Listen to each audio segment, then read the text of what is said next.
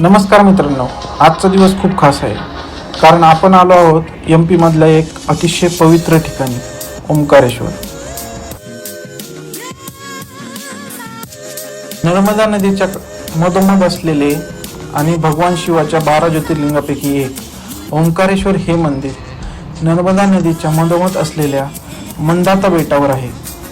सगळ्यात इंटरेस्टिंग गोष्ट म्हणजे वरून पाहिले तर हे बेट ओम आकाराचे दिसते, म्हणून याला ओंकारेश्वर म्हणतात.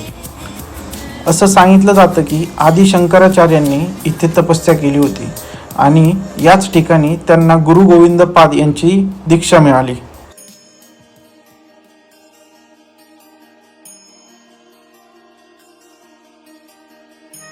सुमारे 7 वाजता आम्ही मेन मंदिराजवळ पोहोचलो, त्यामुळे नर्मदा आरती बघायला मिळाली.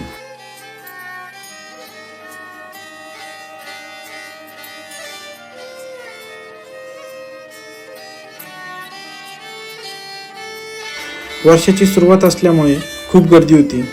3-3.5 तासानंतर आम्ही पोहोचलो मंदिराजवळ.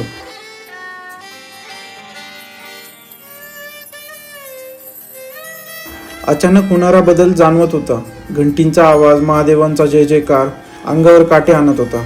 दर्शन खूप चांगल्या प्रकारे झाले. जर तुम्ही ओंकारेश्वरला येणार असाल तर सकाळी लवकर या, आरामदायी चप्पल घाला, वेळ काढून नर्मदा घाटावर नक्की बसा. आजचा ब्लॉग कसा वाटला कमेंटमध्ये नक्की सांगा. लाईक करा, शेअर करा आणि सबस्क्राईब करायला विसरू नका.